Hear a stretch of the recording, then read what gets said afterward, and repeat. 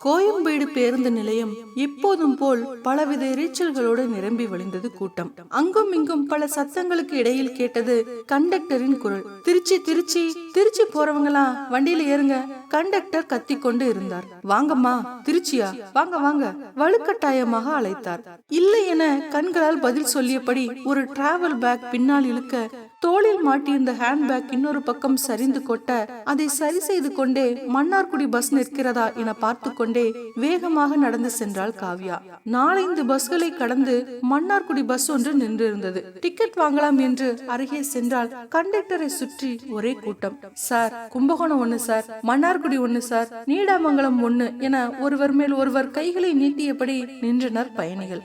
அதற்கு நடுவே கைகளை நீட்டி, சார், மன்னார்குடி 1 லேடிஸ் என்றாள் காவ்யா. கண்டக்டர் கண்ணாடிக்கு இடையில் மேலே பார்த்துவிட்டு ஒன்றும் சொல்லாமல் மற்றவர்களுக்கு டிக்கெட் கொடுக்க தயாரானார். சிறிது நேர காத்திருப்புக்கு பின் பணத்தை வாங்கி கொண்டு சீட் நம்பர் 2ல உட்காருமா என்றபடி டிக்கெட்டை கொடுத்தார். காவ்யா டிக்கெட்டை வாங்கி கொண்டு பஸ்ஸில் ஏறி லக்கேஜை மேலே வைத்துவிட்டு கீழே பார்த்தாள். ஜன்னல் ஓர இருக்கையில் வெள்ளை தலையுடன் நல்ல சிவப்பு நிறத்தோடு 65 வயதுடைய பாட்டி அந்த இடத்தை பிடித்திருந்தார். ஏக்கத்தோடு பார்த்துவிட்டு ஒரு சின்ன புன்னகையோடு, பாட்டி, இந்த பேக்கை பார்த்துக்கோங்க, நான் போய் வாட்டர் பாட்டிலும் பிஸ்கட்டும் வாங்கிட்டு வந்துடுறேன். பாட்டியின் பதிலை எதிர்பார்க்காமல் பஸ்ஸை விட்டு கீழே இறங்கி அருகில் இருந்த கடையில் வாட்டர் பாட்டிலும் பிஸ்கட்டும் வாங்கி கொண்டு தனது சீட்டில் வந்து அமர்ந்தாள். பஸ் எப்ப எடுக்குமோ தெரியல என்று நினைத்தபடி வாசல் படியை பார்த்தாள். ஒரு இளைஞன் லேசான குறுநகையோடு இவளை பார்த்தபடி தனக்கு நேர் எதிர் சீட்டில் போய் அமர்ந்தான். அவனின் கண்கள் என்னவோ பேசுகிறது என நினைத்தவள் தனக்குள் சிரித்துக் கொண்டாள். வேர்வை கொட்ட துடைத்துக் கொண்டு பஸ் எடுத்தாதான் காத்து வரும் என சொல்லிக்கொண்டு இருக்கையில் பக்கத்தில் இருந்த பாட்டி மெல்ல பேச்சு கொடுத்தார். நீ எங்கம்மா போற? மன்னார்குடி பாட்டி. சென்னையில வேலை பாக்குறியா? ஆமா பாட்டி, இங்கதான் வேலை பாக்குறேன். நீங்க எங்க போறீங்க?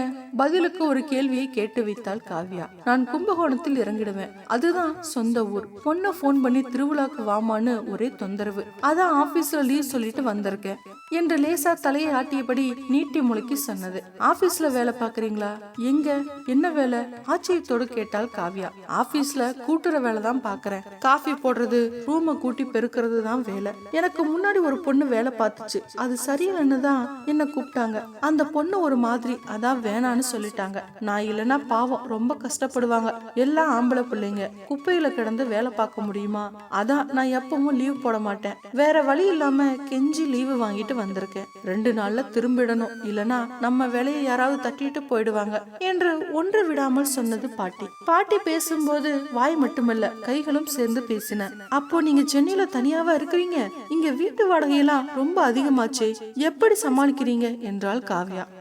நான் தனியா தான் இருக்கேன், மாடியில தான் வீடு, 4-5 குடுத்தனம் இருக்கு, மாசம் 3500 வாடகை, ஒரே ரூம் தான், அதுலயே சமைச்சு அதுலயே சாப்பிட்டுக்கணும். சாமா பெருசா ஒண்ணும் இல்ல, ஒரு கட்டில் கிடக்கு, சமைச்சு சாப்பிட்டுட்டு போய் படுத்துருவேன். 2 ஆபீஸ்ல கூட்டுறேன், மாசம் 3500 குடுக்கறாங்க, மேல 1000 போட்டு 4500 கேட்டு இருக்கேன், தாரேன்னு சொல்லி இருக்காங்க.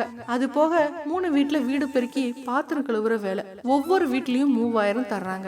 முதியோர் பணம் 1000 வருது, அத வாங்க நான் பட்ட பாடு கொஞ்சம் இல்ல. ஒருத்தன் வாங்கி தரேன்னு சொல்லி என்கிட்ட 2000 வாங்கிட்டான், ஆனா அவன் வாங்கி தரல.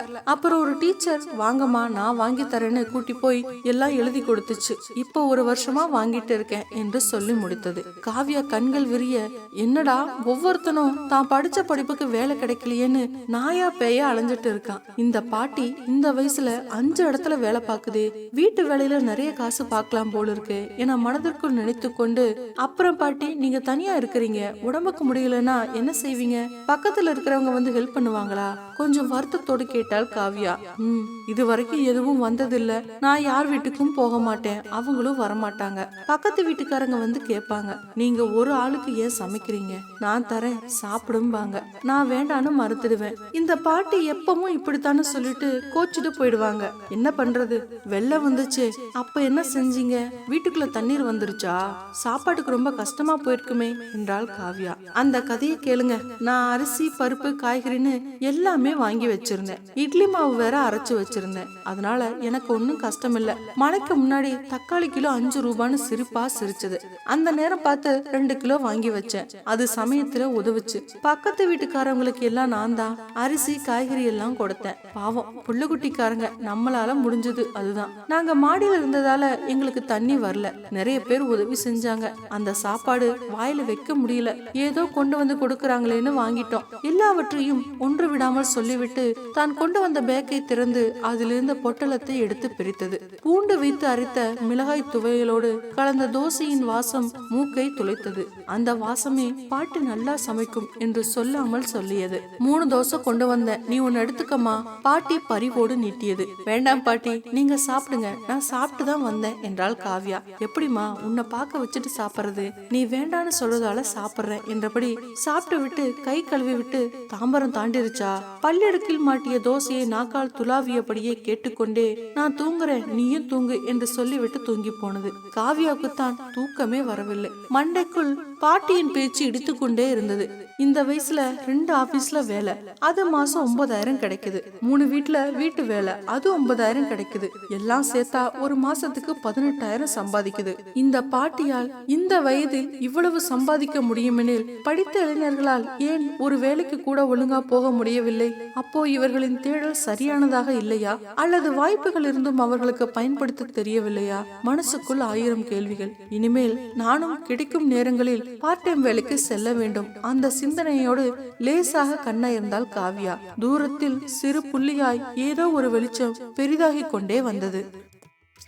பொடிசி பாட்டி மந்தையில கடை போட்டிருந்துச்சு. கடைனா உடனே சரவணா ஸ்டோர் மாதிரி நினைச்சிடக்கூடாது. சும்மா ஒரு சாக்க விரிச்சு அதுல சின்ன பிள்ளைங்க தின்பண்டம் விற்கும். கடலை முட்டாயி, தேன் முட்டாயி, எள்ளு முட்டாயி, இளந்தப்பழம், புளியுருண்டை, மாங்காய், நெல்லிக்காய், அரை நெல்லிக்காய், கொய்யாப்பழம், சீசன்ல சோளக்கருது, மரவள்ளி கிழங்குன்னு விற்கும். பெருசா முதல்ல கிடையாது, 500 ரூபாய் தான். பள்ளிக்கூடம் போற பிள்ளைங்க போறப்ப வாரப்ப வாங்கிட்டு போகும். 1 ரூபாய் 2 ரூபாய் வியாபாரம் தான். அதுல அது கஞ்சிக்கு மிஞ்சும். அம்புட்டுதான். அந்த இடத்துக்கு அம்புட்டு போதும். காலையில 3 மணிக்கு எந்திரிச்சு நார் பொட்டி, அப்புறம் குட்டிச்சாக்கு, கொஞ்சம் பைகளோட ஆரப்பாளையத்திலிருந்து சிம்மக்கல்லுக்கு நடந்து போகும். சிம்மக்கல்லுல தான் மொத்த வியாபாரம். கடலை முட்டாய் பாக்கெட் வாங்கினா 24 முட்டாய் இருக்கும். 20 ரூபாய்க்கு கொடுப்பாங்க. 1 ரூபாய், 4 ரூபாய் கிடைக்கும். அது மாதிரி சோளக்கருது எண்ணி வாங்கணும். 20, 50ன்னு இழந்த பழம் அளந்து போடுவாங்க. படி இம்புட்டுன்னு. முட்டாயெல்லாம் இது மாதிரி பாக்கெட்ல வாங்கணும். பிரிச்சு பாட்டில போட்டு விக்கணும். மரவள்ளி கிழங்கு கிலோ கணக்குல வாங்கியாந்து அவிச்சு விற்கும். அதை சூடா வாங்கி சாப்பிடறதுக்குன்னே ஆளுக பெரியவங்க வருவாங்க. மாங்காய் நறுக்கி மிளகா தடவி விற்கும். பல பேருக்கு காலையில வயிற்று நிரப்புறது அந்த மரவள்ளி கிழங்கு தான். இப்படிதான் பொழப்பு ஓடிக்கிட்டு இருந்துச்சு. அன்னைக்கு அப்படித்தான் காலங்காத்தால 3 மணிக்கு கிளம்பி போச்சு. போற வழியில கிராஸ் ரோட்ல டீ கடையில ஒரு டீ தண்ணி குடிக்கும். அன்னைக்கு அப்படித்தான் வாங்கி குடிச்சிட்டு சாமானுங்களை எடுத்துக்கிட்டு கிளம்பும் போது ஒரு லாரி முன்னாடி தாண்டி போச்சு. அதுல இருந்து கழண்டு விழுந்த கட்டை ஒண்ணு பாட்டி மண்டையில அடிச்சிடுச்சு. மயங்கி கீழே விழுந்துடுச்சு. கண்ணை முழிச்சு பார்த்தா கவர்மெண்ட் ஆஸ்பத்திரியில படுத்திருக்கு. தலையில கட்டு. வலி விண்ணு விண்ணுன்னு தெரிச்சுது. பாட்டிக்கு சொந்தம்னு சொல்லிக்க யாரும் கிடையாது. அதனால ஆஸ்பத்திரியிலையும் யாரும் கவனிக்கல. இன்னைக்கு கடை திறந்தாதான பொழப்புன்னு ஞாபகம் வந்தவனே விருட்டுன்னு எந்திரிச்சு கிளம்புச்சு. நர்சம்மா, பாட்டி எங்க கிளம்பிட்டீங்க? தலையில தையல் போட்டிருக்கு, எக்ஸ்ரே எடுத்து பார்க்கணும், டாக்டர் வருவாரு, பார்த்துட்டு போன்னு சொன்னாங்க. பாட்டி சொல்லிடுச்சு. அவரு கஞ்சி ஊத்துவாரா? கடை திறந்தாதான் கஞ்சின்னு சொல்லிட்டு பொட்டியை கேட்டு வாங்கிட்டு கிளம்பிடுச்சு. நேரம் ஆயிட்டதால ஆனைக்கல்லு சந்தை மூடி இருப்பாங்க. இருக்கிறத வச்சு கடையை திறந்துடுவோம்னு நினைச்சு வெயில நடந்து வந்து ஒரு வழியா கடையை திறந்து வச்சுட்டு உட்கார்ந்துச்சு. பசி மயக்கம் வேற. கடையிலேயே மயங்கிடுச்சு. பக்கத்துல இருந்தவங்க பார்த்துட்டு மூஞ்சில தண்ணி தெளிச்சு எழுப்புனாங்க. உடம்பு அனலா கொதிக்க கடையை மூடிட்டு வீட்டுக்கு போய் படுத்துருச்சு. மறுநாள் எந்திரிக்க முடியல, படுத்தே கிடந்துச்சு. சாயங்காலமா வீட்டு வாசல்ல கொச கொசன்னு சத்தம் கேட்டுச்சு. பார்த்தா 5-6 சின்ன பிள்ளைங்க பாட்டி பாட்டின்னு வெளிய இருந்து கூப்பிட்டுச்சுங்க. உள்ள வாங்கன்னு பாட்டி சொல்லவும் அதுக உள்ளார வந்துச்சுங்க. பாட்டிக்கு அடிபட்டுச்சான்னு விசாரிச்சதுங்க. பாட்டிக்கு ஒன்னும் புரியல. அதுல ஒரு பொண்ணு சொல்லுச்சு, பாட்டி உனக்கு ஆறும் இல்ல, அதான் விசாரிக்க வந்தோம், இந்தாங்க சாப்பிடுங்கன்னு ஒரு ஹார்லிக்ஸ் பாட்டில குடுத்துச்சு. இது எங்க பாட்டி உடம்பு சரியில்லாதப்ப சொந்தக்காரவ கொண்டாந்து கொடுத்தாங்க. பாதி மீதம் இருக்கு, அதான் கொண்டாந்தோம், சாப்பிடு பாட்டின்னு சொன்னவன பாட்டி கண்ணுல இருந்து கண்ணீர் வந்துருச்சு. யாரு பெத்த கொடுத்த புள்ளமா நீ, இப்படி வளர்த்துருக்காங்கன்னு கேட்கவும் அது சொல்லுச்சு, இல்லாதவங்களுக்கு இருக்கிறவ கொடுக்கணும்னு எங்க டீச்சர் சொல்லுவாங்க. அப்புறம் இந்த காசை வாங்கிக்கங்க, இது நான் உண்டியல சேர்த்து வச்ச காசு. அது கூட இந்த பிள்ளைங்க எல்லாம் காசு வசூலிச்சு கொண்டு வந்திருக்குதுங்க, வாங்கிக்க பாட்டி. நீ நல்லா இருந்தா தானே நாங்க உங்ககிட்ட முட்டாய் எல்லாம் வாங்கி சாப்பிட முடியும்னு சொல்லவும் பாட்டி கண்ணுல இருந்து கண்ணீர் ஊத்த ஆரம்பிச்சது. என்ன சொல்றதுன்னு தெரியல, இப்படி குடுக்குறீங்களே, உங்க வீட்டுல திட்ட மாட்டாங்களான்னு கேட்டுச்சு. அதுக்கு அதுக சொல்லுச்சுங்க, நாங்க இப்படித்தான் ஷேர் பண்ணி சாப்பிடுவோம், இது ஒண்ணும் புதுசு இல்ல எங்களுக்குன்னு சொல்லுச்சுங்க. யார் இதெல்லாம் உங்களுக்கு சொல்லி கொடுக்கறது, நீங்க எந்த பள்ளிக்கூடத்துல படிக்கிறீங்கன்னு கேட்டவொடனே அதை எங்க டீச்சர் கிட்ட கேளுங்க, உள்ள வாங்க டீச்சர்னு சொன்னதும் உள்ள வந்தாங்க அந்த டீச்சர் அம்மா. பாட்டி, நான் தான் இவங்க டீச்சர், வாரம் ஒரு உதவின்னு இவங்களுக்கு பயிற்சி கொடுப்போம் எங்க பள்ளிக்கூடத்துல. நேத்து சாயங்காலம் கடையில நீங்க மயங்கி விழுந்ததை பார்த்ததும் இந்த வாரம் உங்களுக்கு ஏதாவது செய்யணும்னு முடிவு பண்ணி இவங்களை தயார் பண்ணினேன். என் பேரு பாத்திமா, நான் கவர்மெண்ட் பள்ளிக்கூடத்துல தான் வேலை பாக்குறேன், இவங்க என்னோட மாணவர்கள். நாங்க பாட்டிக்கு நன்றின்னு சொல்ல வார்த்தை வரல, கண்ணீரால பாத்திமா டீச்சர் கைய நினைச்சது. அப்ப சொல்லுச்சு பாத்திமா, ஒரு அனாதையோட பசி வலி அனாதைக்குத்தான் தெரியும், நானும் ஒரு அனாதை தானே, நாளைக்கு என்னோட வீட்டுக்கு வந்துருங்க, ஒரு அனாதைக்கு இன்னொரு அனாதை தான் துணைன்னு கண்ணீரோட சொன்னவொன்னே பாட்டி அழுதுருச்சு. இனிமே நம்ம அனாதை இல்ல, உனக்கு நானும் எனக்கு நீயும் இருக்கிறோம்னு சொன்ன போது 2 பேர் கண்ணுலயும் ஆனந்த கண்ணீர் வந்துச்சு. அதை துடைக்க யாருக்கும் தோணல. ஓகே ஃப்ரெண்ட்ஸ், இந்த வீடியோ உங்களுக்கு பிடிச்சிருக்கும்னு நினைக்கிறேன். மறக்காம லைக் பண்ணுங்க, கமெண்ட் பண்ணுங்க, ஷேர் பண்ணுங்க, சேனலை சப்ஸ்கிரைப் பண்ணுங்க. நன்றி.